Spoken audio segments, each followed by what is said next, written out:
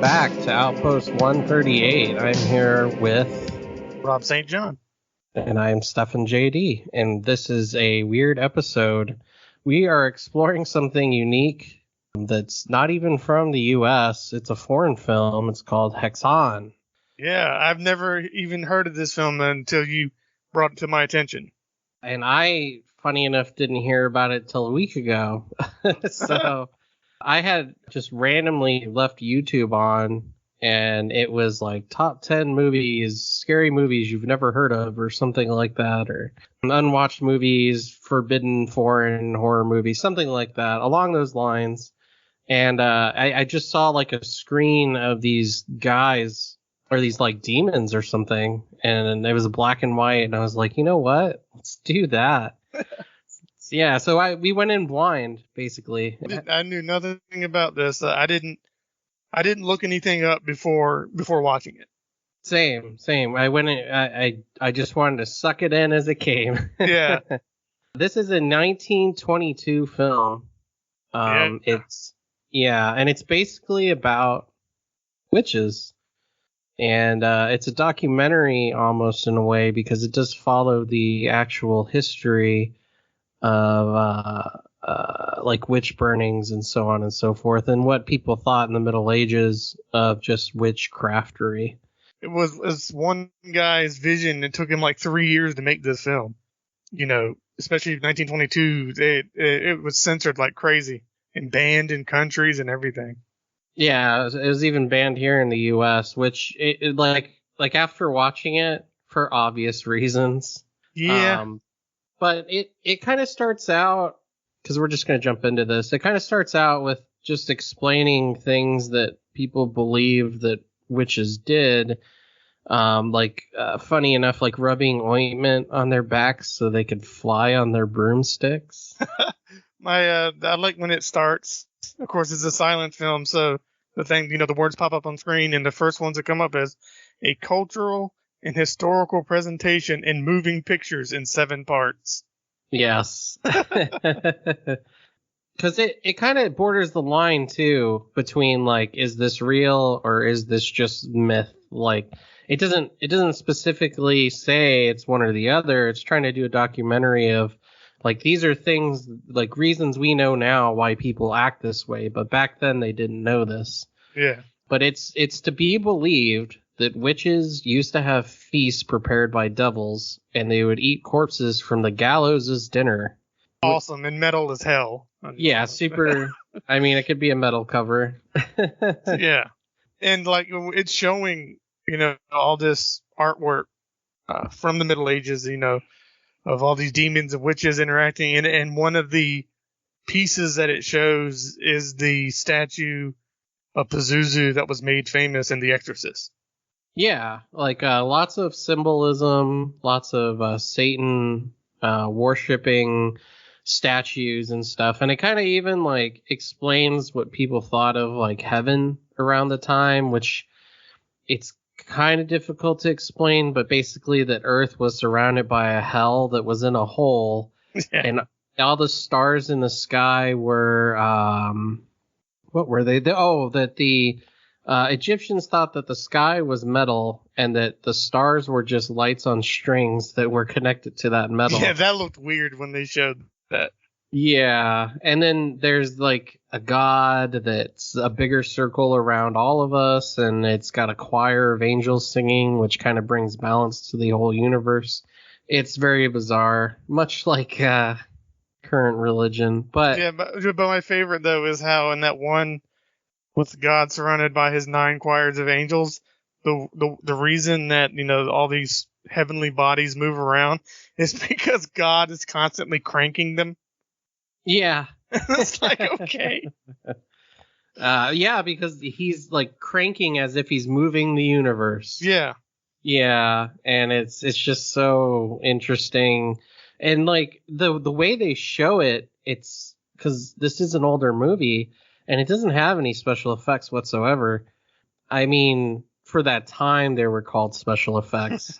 It's guys in costumes. Yeah, and the actual explanation of the universe in the Middle Ages and like why people were so superstitious and everything, it does show this sort of like special effect of like the universe moving, and it Almost lights like a puppet up. show.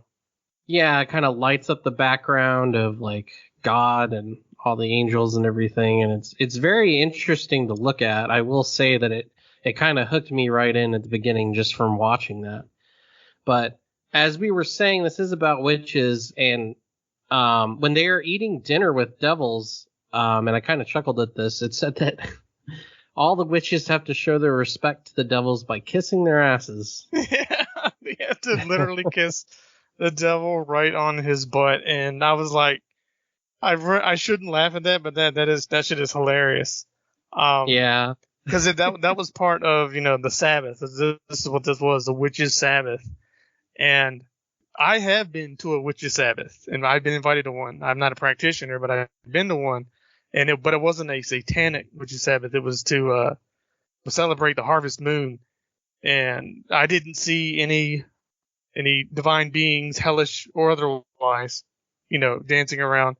But it really was quite an event and quite moving to see all these women just dancing around a fire to celebrate a moon. It was pretty nuts. Did you have to kiss anyone's ass? No, I didn't have to do that, thankfully. I just sat on a log and cheered and drank. That was about it. Nice. I do. Oh, and I like again with the art that they show from that time, and they show one of hell. It's like, here's what the demons are doing. They're pouring boiling oil on this sinner, and they're dumping these sinners into pots that are boiling.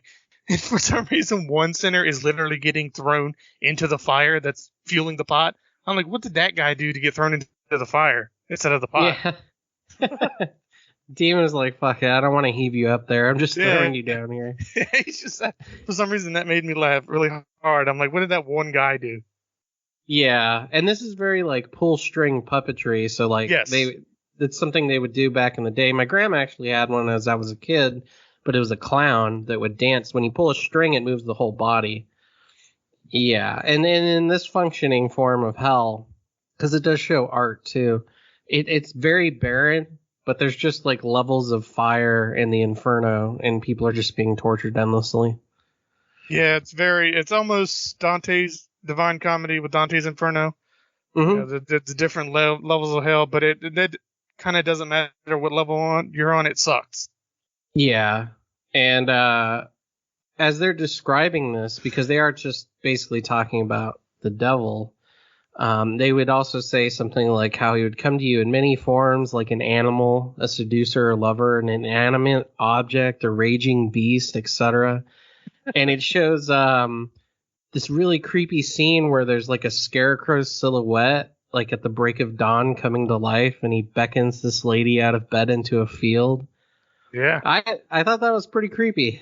Yeah, especially for the time. But my favorite was, they showed that, right? And that's like really creepy and kind of subtle. And then they show one, and it's a lady laying with her husband, and the devil was outside their window. He just bangs on the window and waves for her to come on. And she comes on.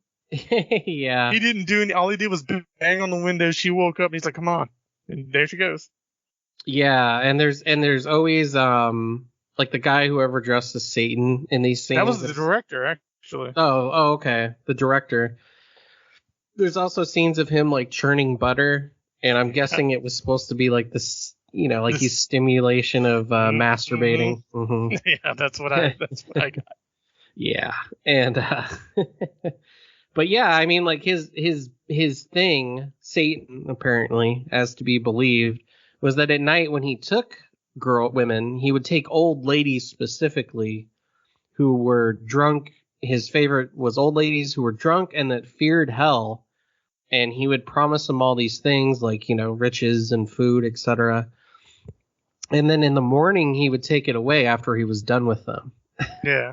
Yeah. Because at first, it looks like it's a good deal. Like this haggard old lady, she's got these riches and she's got this big banquet and there's these people dancing and have a great time with demons and everything.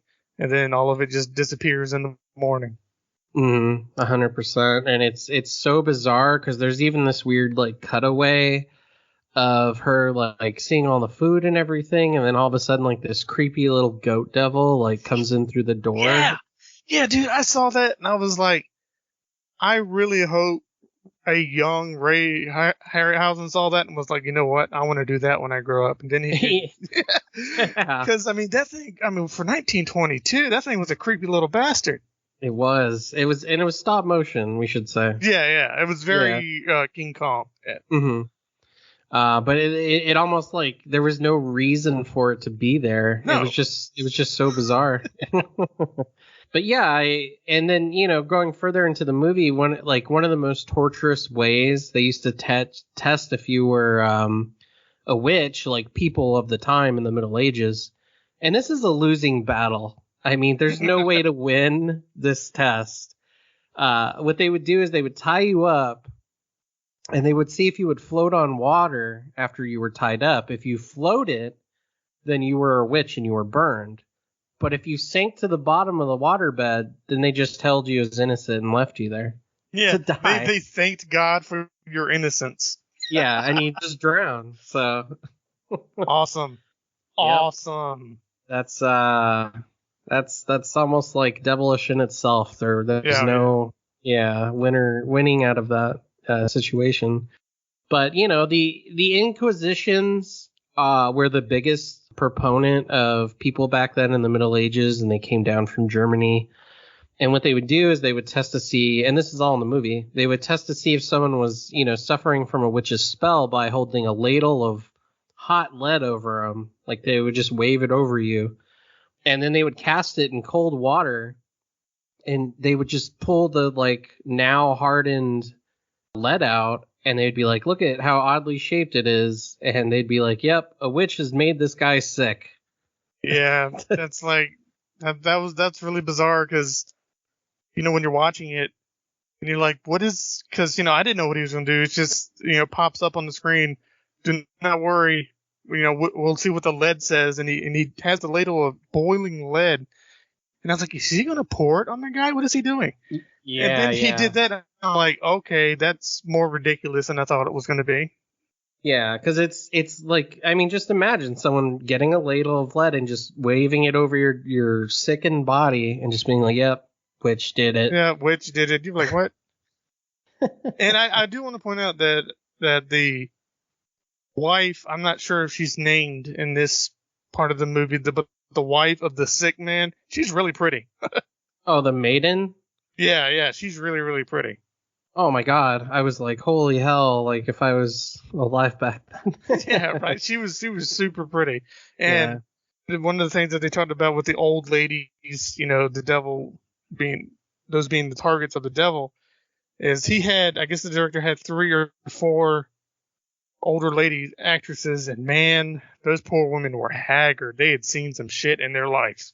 Oh yeah, they did not put on any sunscreen whatsoever. No. Like they looked like they were left out in the sun their whole life. It's not good. But this is actually, we kind of stay with the sickened family for a while for a portion of the movie, and it kind of tells the tale of what they would do to witches through the visuals of following this family.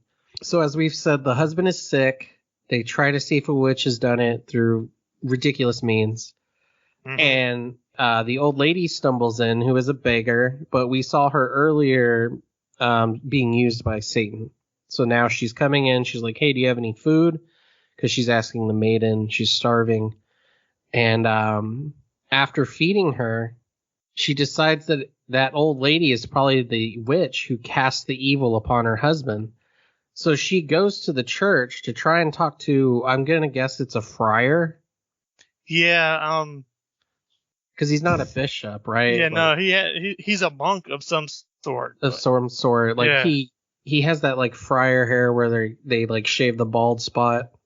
Yeah. There's like, well, there's three of them. There's the heavyset one. He's kind of like the leader, I guess.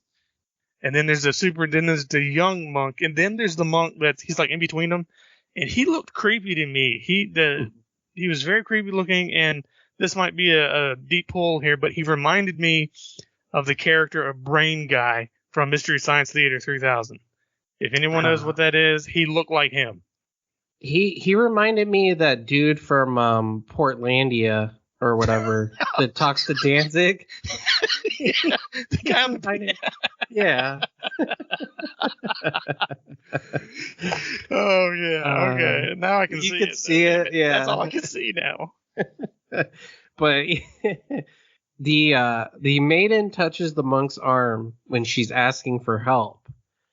And he's like, oh, like trying to get away from her because apparently like the younger monks or friars or whatever, they can't talk to maidens. Otherwise they'll be filled with lust. Yep. So she swears on the cross that the old lady is a witch in front of like the heavy-set guy and the Portlandia guy. And we should say this isn't Rome. So yes. I guess they wouldn't be a friar and an archbishop and cardinal or whatever. Well, I'm not sure because they're the Inquisition. Right. And so I'm not sure exactly where they came from. I just know that they're all kind of creepy looking, and they will end up hating them by the end of this movie. Yeah, and they're pretty psychotic in the way they practice religion. But yeah, she's basically sentencing this old lady to death, and they tell her that like you have to swear on the cross to make sure we're sure that you're not an evil being that's trying to condemn this old lady. So she swears on the cross that she's not an enemy of God. And they capture the quote-unquote witch, who is actually just a begging old lady. Yeah, and they put her through the ringer, man. And they try at first to almost do the, like, good cop, bad cop with her. Oh, man, 100%. Yeah, they try doing that. You need to confess your sins, confess your witchery. And she's like, no, I can't. Learned men, I cannot confess what isn't true. And then they get to the actual physical torture, and it's rough. Yeah, because, and like, I was already sad when they were playing good cop, bad cop, because it even says, like, she's asked these questions by two random, quote unquote, honest men. Mm-hmm. And, like, the one that's cajoling her and the other one is pleading, and I was just like, man, this is so sad. Yeah, they were. It was kind of weird to think, but they probably did that back then. The good cop, bad cop. Mm-hmm. Yeah, totally. They try to get anything, and like I said, she wasn't having it, and so the heavy set guy. First, they go through like mental torture, where they're just like what I believe they're just shouting scripture at her or something very similar to that. Mm-hmm. And then they get to physical torture, and then. They don't really show exactly what physical torture they put her through. Well, the setup is that they put like a ribbon around her that has a scroll on it that has the apparently 7 sacred words of God. Yeah. And this is supposed to help her speak freely of the devil's power, like over her, so she can confess. And then in order to like keep demons away from her, they put a concentrated belt of wax around her waist. It's just so bizarre. Yeah, it was really weird. It wasn't, something I've ever seen ever. Mm-hmm. Yeah, this was all new information to me. And when you say like we don't actually see the torture, I mean we're shown the devices afterwards, but on the outside of it, I thought they were cutting off her toes. I didn't know if they were like crushing her feet or cutting or amputation or anything. I couldn't, like I said, it didn't show it, but she breaks and she admits that she is with the devil. Mm-hmm. and she admits that she has given birth to many of the devil's children. And it shows the scene of her, on the table, and there's the other witches, like midwives, helping her give birth. And it's kind of funny that the way it is, it's guys in these really gaudy, devilish costumes just coming from under like a blanket. Mm-hmm. And they're just coming out of her like I don't know, man. It's like a clown car. Yeah, basically, coming out of her womb as she's surrounded by a coven of witches. But in like celebration of it, it does show them flying off into the night on their brooms to go meet devils and dance and like dance around fires and hang out. And I'm guessing this was basically the Middle Ages Netflix and chill, but it's more like witches and devil. Yeah, and I gotta admit, this made devil worshiping look cool, because I mean they were just having a party, they were drinking, and they were the devils, and the women were laughing and dancing and having fun and feasting on babies. Mm-hmm. I'm like, this is metal as fuck. I'm like, this is awesome. Until, apparently if you fail the devil, he does whatever to you. When they brought out the baby, like I was trying to see, I was like, there's no way it could be a real baby, but it's they like make him smash crosses, and then the soup is made of unchristian babies and toads, so it's very unholy. Yeah, I felt sorry for the toads, but I did read that them stomping, having the women stomp on the cross, and showing the obviously puppet baby bleeding into the bowl or goblet or whatever, those were two scenes that were taken out on the early prints of this film. They just weren't allowed in any country. It's super unsightly. Yeah, I mean, especially for 1922, it's just there. It's like, hey, look at this. Mm-hmm. And again, this is still trying to draw the line of whether this is true or not. Is she really confessing during her torture, or is she just lying because she just wants it to stop? Yeah, she can't take it anymore. The abuse, the torture. Yeah, and it's unclear too. And even to further that, they're like, confess. Who are the other witches? Because apparently, like when you torture one witch, she gives 10 witches away. It's just nonsense. But she says, oh, that chick who wished me a scalding death. Oh yeah, she's a witch. And her other two friends that were like assholes to me, yeah, they were witches too. Yep, and her mother, totally a witch. Yeah, it's very much like, yeah, she's just saying that to get back at them. Yeah, so then they come, the Inquisition come, and they kidnap, they take the sick man's mother, Mm-hmm. the sick man's sister-in-law, and then when the wife of the sick man tries to like, hey, don't take them, they're not witches, that automatically makes her a witch to them, so they grab her too. Yeah, because anyone trying to stop the hanging of a witch or whatever, then you're automatically seen as part of the coven. Yeah, you're clearly in bed with the devil. And they don't like specifically put her as like paint her as a witch wholeheartedly at the beginning, because this is almost the saddest part of the movie, because it's just a man being a dumbass. That monk from earlier, the young one who was touched by the maiden, he's now having dreams about her, and he's basically infatuated with her. He's probably masturbating, all that. And so now he thinks, oh, well, she's obviously a witch then, because I'm having these terrible dreams about her. And that's when they drag her ass out of her home, beat her up, and lock her up in the jailhouse. Yeah, before then, he confesses to the older monk or whatever he is, and he's like, I'm having, terrible thoughts. I need to be punished. So he takes off his robe from the top of his robe, and like he whips him with that thing from the Da Vinci Code that I don't even know what you call that thing. It's almost like a cat of nine tails. I think it was in the Passion of the Christ too. They used it on Jesus. Yeah, and I mean, they lays into him, and then But that wasn't enough.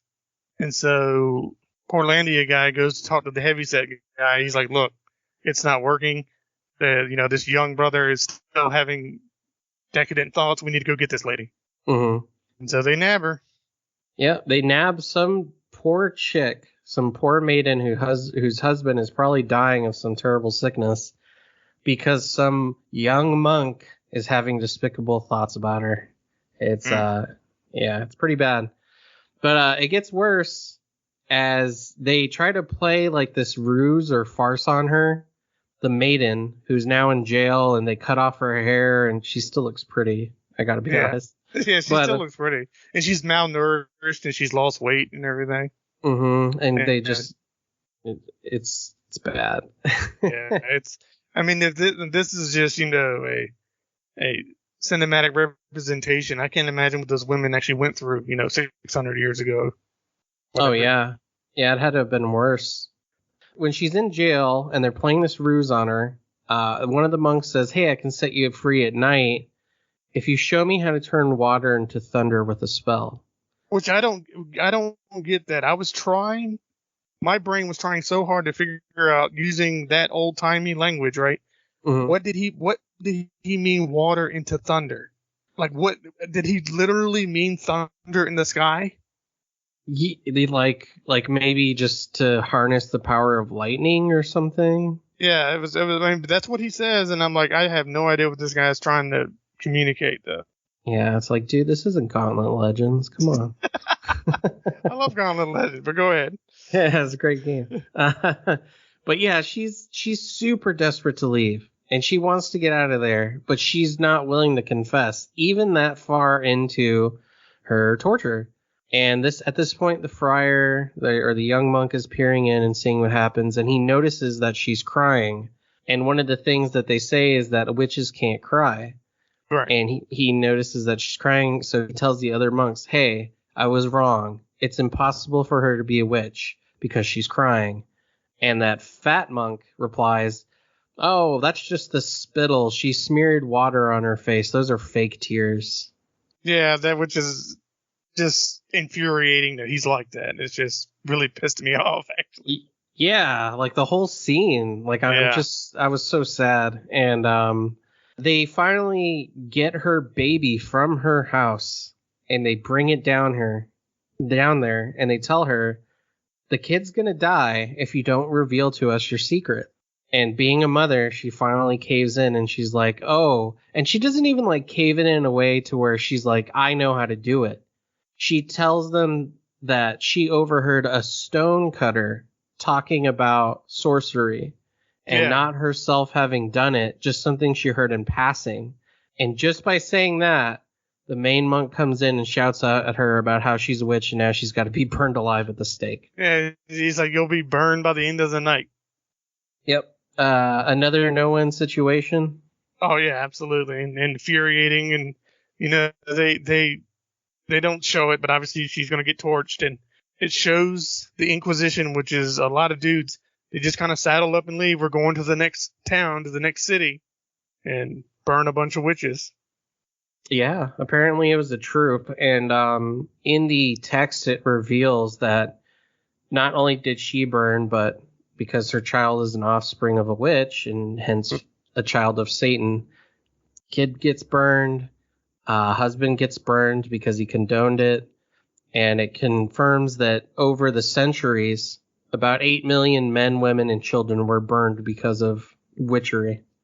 Supposed witchery. I mean, that's why, we still have that term. That's a witch hunt.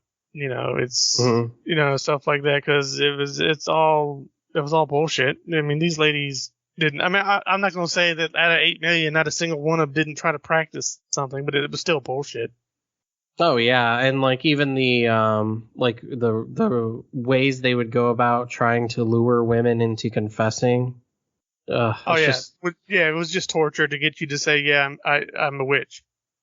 Yeah, it's pretty gross, and even for a movie being black and white 1920s, like it really made my blood boil. It's infuriating. It really is, because, I mean, it's nowhere near obviously as severe now, but I mean, there's people now I mean, here in America, there's people who are judged just because of their skin color, and who are, so it's infuriating all around.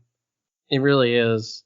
And like the director doesn't want to relent in you feeling remorse for these people, because he then goes through like a couple rolls of film just showing you the torture tools that they used, which were like rakes that they would go across your back with, metal rakes, toe cutters, which we thought they might have used on her earlier, hammering your fingers on this like little steep metal thing, and then tightening your legs together and breaking them, spiked necklaces, vices. And the one thing that I think that they did to that specific old lady, because they did say, I think the fat dude at one point said, like, loosen the screws, and they do show, like, that they would put your thumbs in this thing, and then they would just, like, screw a screw into them. Oh, yeah. Yeah, and just tighten it. Because one of the actresses he had wanted to actually try it. Mm-hmm. And, oh, yeah. Yeah, and it shows that he filmed it, and it's not the actress playing a part, it's just her trying out this torture device, and it didn't last long. You see pain on her face. And she's like, please take it off, take it off. Yeah. I mean, even the holy people committed themselves to terrible punishment for their sins. It goes through like this other like role of showing that nuns wore these chained belts. Yeah, and spike chain belts and everything, and mm-hmm. I was like, that's just hysteria. Yeah, and we should say like the spikes are inwards, so they're like staking you. It's not like a punk belt. No, it's the opposite. I guess it's penance just for being human. Yeah, having human nature. Mm-hmm. But when they cut to the nuns, like showing what they did to torture themselves when they were having dirty thoughts, it cuts to this whole coven of nuns who went crazy, and they're asking to be burned at the stake because of odd behavior. Yeah. He goes through. He talks about it, about why he would believe this, but this nun thinks, a younger nun, she thinks she sees the devil, and he gives her a dagger. And she's like, no, get behind me, Satan, get thee behind me. But then she eventually, like, I don't know if you want to say cracks under the devil's pressure or whatever. And she doesn't really hurt herself with the dagger, and she doesn't attack anyone with the dagger. She just, in the main hall of this, convent, she just kind of starts laughing crazily and starts dancing. Mm-hmm. And the other nuns take part in this. And it's like the worst nun mosh pit you've ever seen.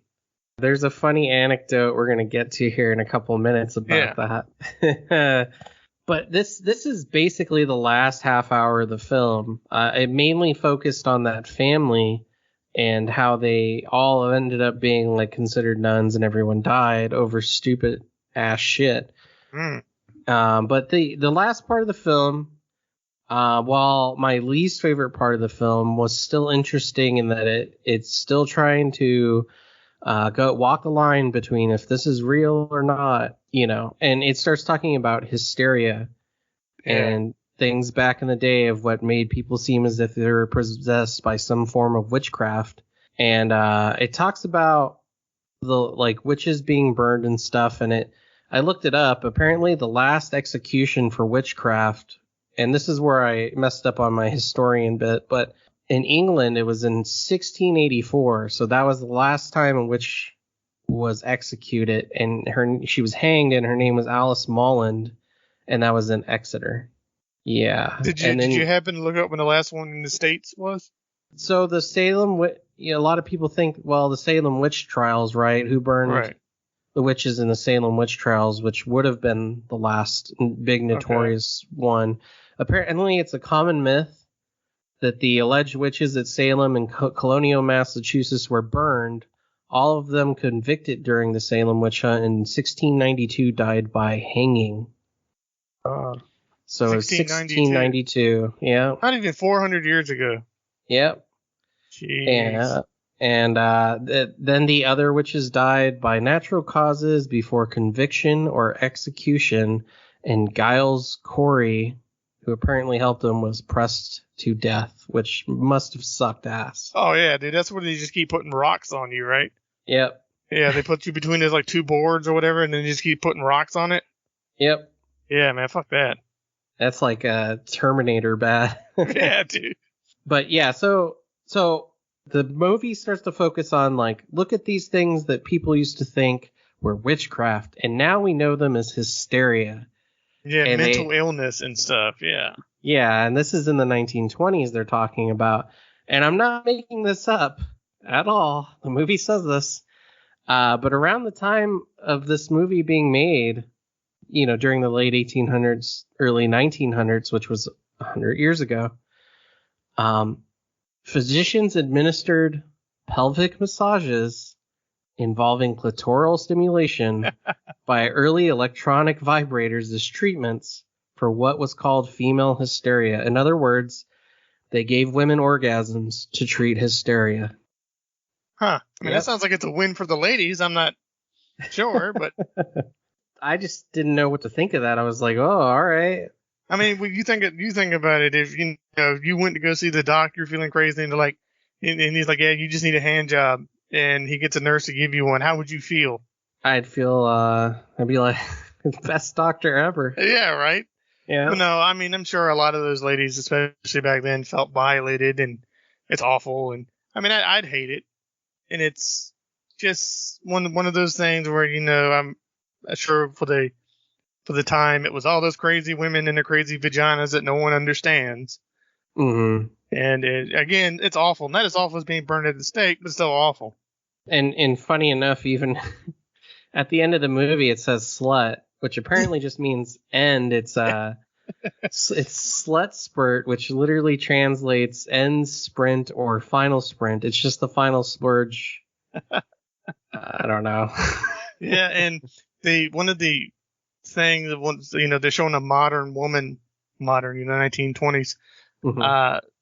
She has kleptomania, and please don't. She needs help. She needs mental help. She's not a witch or whatever. It's just a thing. And I just wanted to point out, the scene's kind of interesting. That she steals from a jewelry store, Mm-hmm. and the jeweler that she's interacting with looks like H.P. Lovecraft. I'm just pointing that out for no reason. He really does. He did. So I literally in my notes it says H.P. Lovecraft jeweler. I'm like, because I was like, oh my god, but it shows how, with hysteria, even then, I mean, he talks about it, back then, if women would get thrown in the nut house, or if they had money, they got thrown into a clinic instead of the nut house. And Right. It was, take this hot shower and it'll cure what ails you. Yeah, because it's again like saying, look what we did back then and look what we do now. Like, does it still seem crazy? Yeah. It was a hell of a thing to end on for this movie. That this being like, yeah, we still kind of suck, as far as treating women like people. Yes. Which is cool. I mean, it had to be extremely forward thinking for that director, in the 1920s. Oh yeah, to even like base his whole movie around. Well, I guess it is like witchcraft, but basically women. Yeah, I mean, it's basically. I mean, it was a study into the witchcraft and the fear of the devil in the middle, especially in the Middle Ages. But yeah, it was also just about how society has constantly treated women terribly. Like this whole movie, like let's just get to like final thoughts, and I'm really curious because this whole movie, like when I picked it, obviously we both went in blind. We had no idea what we were gonna see. Yeah.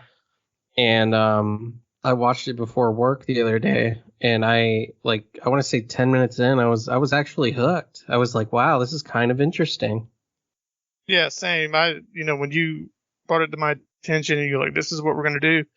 I just looked it up and it's like 1922 silent film about witches. I'm like, all right. And I didn't look anything else up. And, a couple of days ago, whatever it was, when when I finally had time to sit down and watch it and take notes and everything, I was like, wow. Especially for someone, I'm absolutely fascinated by Middle Ages art of hell and demons and everything. The very, Dante, Inferno kind of stuff. Mm-hmm. I think the paintings of that time of hell are either terrifying or hilarious, one or the other. It just depends on what's going on in the painting. Like you may have seen the one where the devil is walking through the town with his giant dick in a cart. Oh yeah. Yeah, that's hilarious. But then you see one of hell where they're throwing the dude into the fire to boil the pot to boil other sinners. That's horrifying. Yeah. And so when I saw that, I was hooked. I'm like, yeah, I'm gonna watch this. Like even just the idea of what people thought of back then, and you try to equate it to like your everyday life, you're thinking, well, like we still think kind of crazy things like that, without any proof or even any obligation to feel that way. Because back then, like you almost kind of had to be religious to be like respected. Yeah, or not burned at the stake. Yeah, I think the movie says something like that too. Like if you were an old lady, you're probably going to be considered a witch, or if you were too beautiful. So you basically had to be like some pasty ass chick to not get burned at the stake. Yeah, you basically had to be Sarah plain and tall and be religious, be a Christian, and maybe you wouldn't get burned. It really does paint that picture. And which is awful, obviously. It is. It really is. Well, I mean, we run into that now, though. You think about scientific advances we can't make now because of the power that world religions hold. Oh, that's a sin or whatever, whether it's, the big thing being stem cell research. We can't make a lot of forward in that because Catholicism mainly. And it's like, great. And it's like, so this is me going on my quick tangent here. You got people that, well, you show them scientific proof of a thing like a coronavirus and they won't believe it, but they'll believe in a magical wizard man in the sky who knows and sees all with no proof. That if you break any of his rules, he's going to condemn you to fire, brimstone, and hell to be tortured forever. But he loves you. He needs money, George Carlin. Yeah. This also reminds me of another comedian who's like, just give up. The Christians already won. He's like, what year is it? And someone shouted like 2019. He's like, no, it's not. No, it's not. He's like, that's what the Christians say when Jesus was born, and we all follow it. We all follow it, but it's not. That's not the year. There was some guy who was 20 who they're like, it's year one, and he's like, but I'm 20. Yeah. Yeah. So just like tiny little things that we just deal with every day that are just so ridiculous. But again, this movie just points to those facts that not much has changed. I mean, we're not technically going out witch hunting anymore. It's like other things. But there's the things, the people that, whether it's their gender, their sexuality, their skin color, or, even their other religion, they get, hounded for it and judged for it and treated lesser for it.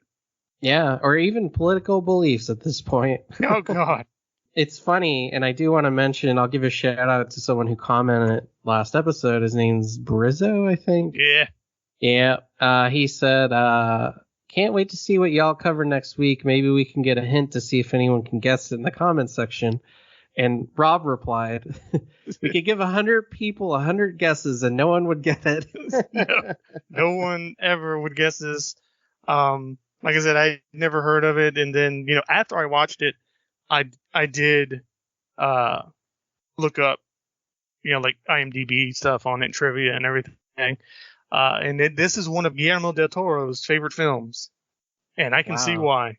Oh, yeah, 100%. That, and if you told me that this isn't anything I saw written down, but if you told me that the guy who directed The Witch saw this movie and took inspiration from this movie, I totally believe it. Oh, hell yeah. It's same vibes. Same vibes. And the ending to The Witch, which I will not spoil in case people haven't seen it, I literally thought of that scene when I was watching this movie. Yeah. Yep. Yeah. But that's basically HAXAN, everyone. And I had one hell of an interesting time watching this movie. I highly recommend it. Same. Uh, I give it an 8 out of 10. yeah. My only takeaway or like bad takeaway from it is sometimes I would have liked to have seen a little more text come on the screen of what the characters were saying to each other, and I think he went a little too deep into at the end there on like showing these long drawn out things of this is what this mental illness is and it should be treated this way or whatever, instead of like they did back then, and it's witchcraft. It's like, we know, you didn't have to spend that much time on it. It was kind of it just kind of fizzled out at the end. Yeah. I want to say like the last 20 minutes, I was like, oh no, like don't waste the end of this movie doing this, Yeah. Yeah. Like it's not bad, but it's just everything you've seen before that. It feels like two separate things. Yeah. It didn't stack up to what we had just watched, and it was, very, very incredibly interesting and just fascinating. And it's like you're watching a piece of history and all that. And then it's like, meh. Yeah. You can't go from kissing Satan's ass and eating baby toad soup to science. Yeah. I mean, if he had taken that part at the end and just did a second movie that was mainly like that, where it was the science part of it of today and yesterday, then yeah, that would have worked a whole lot better. Mm-hmm. But going from, like you said, going from baby eating to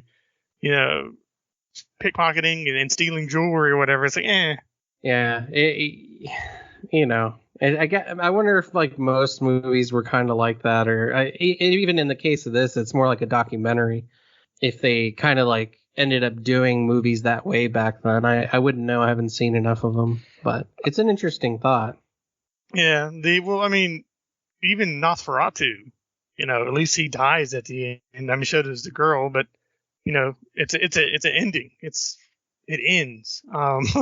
Yeah. The oldest movie I've ever watched, and you can watch it on YouTube because it's public domain, is the 1910 Frankenstein, and it's about 12 minutes long or something, and it's really good. And there's the end that we expect. It's like this director here, this writer director, he just didn't have an end planned. Oh, gotcha. I haven't seen that one. I've just seen the Karloff one. Yeah, I mean, it's obviously it's not great. Like I said, it's only like 12 minutes or something. But it's very interesting. And we should say that this film is also public domain, and you can watch it on YouTube. Yep. That's why we both watched it. So if you are interested enough in it to go check it out, which we did give a recommendation, Absolutely. I would suggest going and doing that. It's fascinating, and I'm definitely, after we're done this and this goes up, I'm going to recommend it to, I have a number of friends that are practitioners. I'm like, you need to see this. It's amazing. Seriously. Except for like the last 20 minutes, you can just turn it off. But but yeah, that's HAXAN, everyone, and please, subscribe and leave something in the comments to let us know what your thoughts are on the movie. If Absolutely. you do go and watch it, like I just want to talk about this with everyone. I just want to know. I want your thoughts and your comments and anything, whether it's about what we said about it or just what you think about it. Because this is usually, I don't go for films like this because I just use the old generic term, they're artsy fartsy films. But no, man, this is kind of artsy, but man, is it interesting.